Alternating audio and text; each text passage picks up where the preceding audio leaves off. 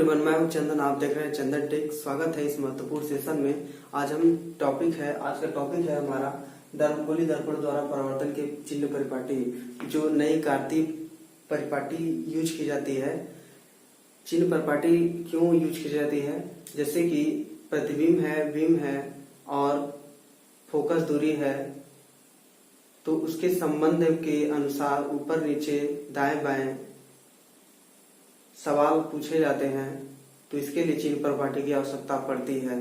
चिन्ह परिपाटी जैसे कि हमने पढ़ा था पिछली कक्षाओं में कि अगर ये y अक्ष है, ये x अक्ष है, तो ऊपर की जितने भी ऊपर जाते हैं, ऊपर की गणना करते हैं तो हम प्लस में करते हैं, नीचे की करते हैं तो माइनस में करते हैं, और दाएं करते हैं तो प्लस में करते हैं, और बाएं करते हैं तो माइनस में करते हैं।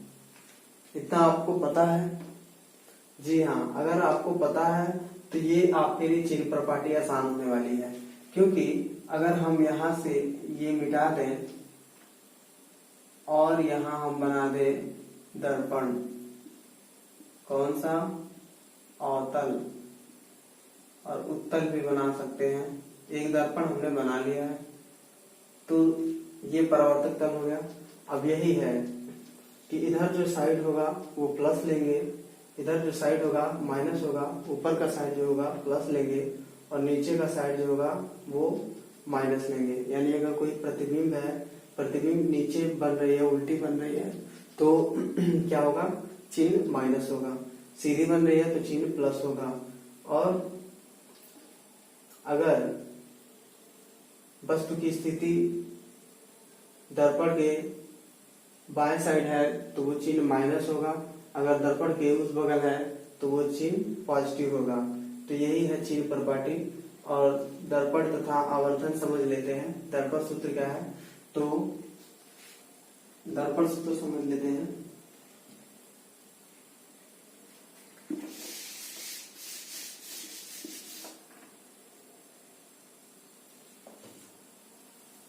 दर्पण सूत्र क्या है कि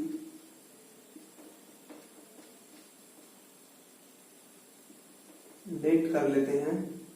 पोल से वस्तु की दूरी, पोल से वस्तु की दूरी क्या मानते हैं? u।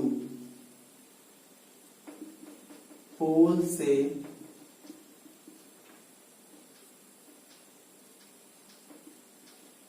मुख्य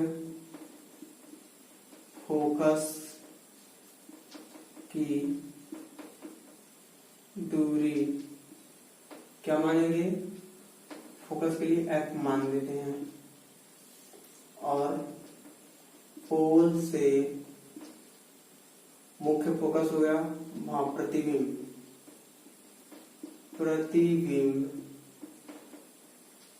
प्रतिबिंब की दूरी क्या लेंगे? v ले लेते हैं। ठीक है दोस्तों, तो हमने वस्तु के लिए u लिया है, फोकस के लिए f लिया है और प्रतिबिंब की दूरी के लिए v लिया है। इन्हीं तीनों राशियों के संबंध को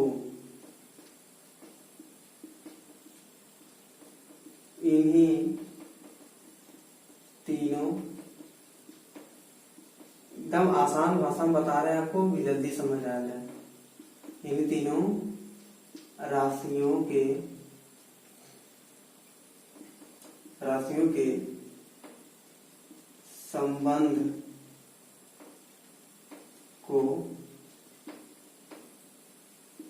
दर्पण सूत्र कहते हैं। दर्पण सूत्र कहते हैं।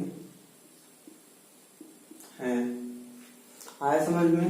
हम क्या माने हैं? अभी तक हम पढ़ते आए हैं कि वस्तु क्या है, उसका प्रतिबिंब क्या है और फोकस दूरी क्या है, ये पढ़ते हैं। तो आज से हम वस्तु की दूरी जान गए। वस्तु की दूरी, फोकस की दूरी और प्रतिबिंब की दूरी, जो अगर ये मान लीजिए मिरर है तो इसकी पोल से गिना जाता है। अगर इस साइड वस्तु है तो यहाँ से कितनी दूरी पर वस्तु है वही गिना जाता है। तो उसी को दूरी कहते हैं। एफ कितने बिंदु पे है उसी को फोकस दूरी कहते हैं। तो तीनों राशियों के संबंध से बनता है सूत्र। फार्मूला क्या होता है, 1/u प्लस 1/v बराबर 1/f। ये बहुत इंपॉर्टेंट दर्पण का फार्मूला है, अक्सर एग्जाम में पूछे जाते हैं, याद कर लीजिएगा। और इसे न्यूमेरिकली ढंग से करने के लिए थोड़ा और 2-3 लाइन बीच में बढ़ा सकते हैं। मैंने शॉर्टकट से समझाया कि आपको जल्दी से समझ आ जाए, इतना 3-5 नहीं गया है, आसानी से आप समझ सके। ठीक है दोस्तों, तो ये हो गया दर्पण सूत्र। आवर्धन क्या होता है, तो आवर्धन भी वही होता है जैसे कि प्रतिबिंब कितना विस्तार हो रहा है, उसके विस्तार के बारे में जो जानकारी देता है उसी को कहते हैं आवर्धन। आवर्धन को समझते हैं, ये समझ आ गया होगा आपको। आवर्धन को समझते हैं।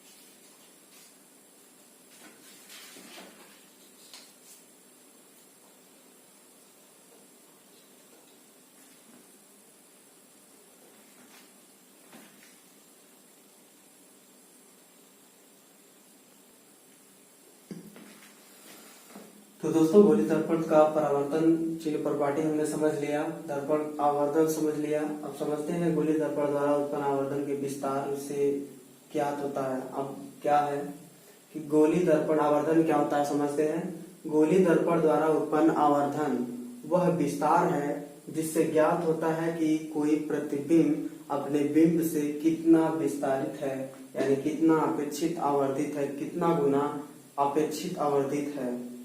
तो दोनों में करते हैं आवर्धन। फार्मूला क्या होता है,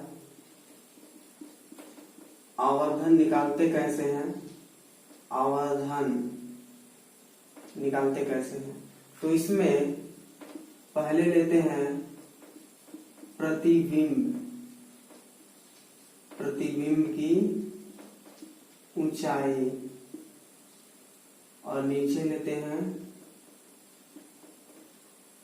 बिंब की ऊंचाई, बिंब की ऊंचाई। ठीक है दोस्तों, इसे h डैश से प्रदर्शित करते हैं और इसे h से प्रदर्शित करते हैं, या यह भी कह सकते हैं कि आवर्धन h dash equal to h। ठीक है, आवर्धन समझ आया। आवर्धन,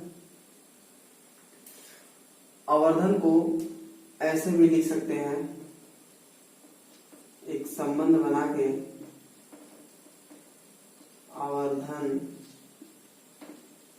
प्रतिबिंब की ऊंचाई, यानी प्रतिबिंब की बात हो रही है, यानी v की बात हो रही है, और बिंब की बात हो रही है यानी u की दूरी, यानी दूरियों के बीच संबंध निकाल के हम कर सकते हैं। बजाय एक चीज याद रखना है कि यहाँ चिन्ह हमेशा माइनस रहेगा। ये भी एक आवर्धन का फार्मूला है, v/u माइनस में रहता है आवर्धन।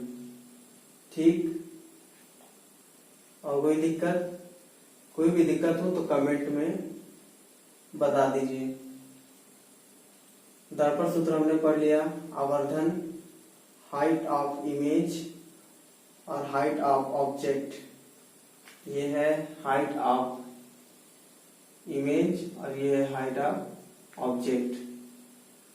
प्रतिबिंब की ऊंचाई और बिंब की ऊंचाई, यही होता है आवर्धन। इससे हम ज्ञात कर सकते हैं कि कोई भी वस्तु का विस्तार कोई प्रतिबिंब की कितनी अपेक्षा कितना गुना है, इससे हम ज्ञात कर सकते हैं। तो दोस्तों आज प्रकाश का परावर्तन समाप्त हो चुका है। आगे पढ़ेंगे अपवर्तन, अगले वीडियो में अपवर्तन पढ़ेंगे। चैनल को सब्सक्राइब कर दीजिए, लाइक कर दीजिए, शेयर कर दीजिए और बेल आइकन को जरूर दबा दीजिएगा। हमारी लेटेस्ट वीडियो आपको सबसे पहले मिलेगी।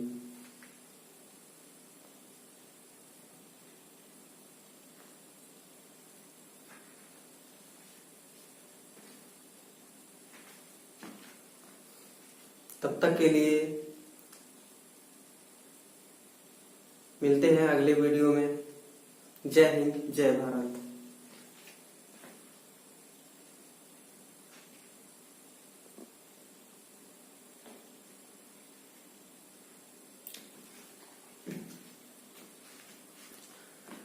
माय डियर स्टूडेंट, देखिए उत्तल दर्पण द्वारा बने प्रतिबिंब की प्रकृति, स्थिति और तथा अपेक्षित साइज के बारे में जानकारी ले लेते हैं, क्योंकि हमने पिछले वीडियो में पढ़ चुका है।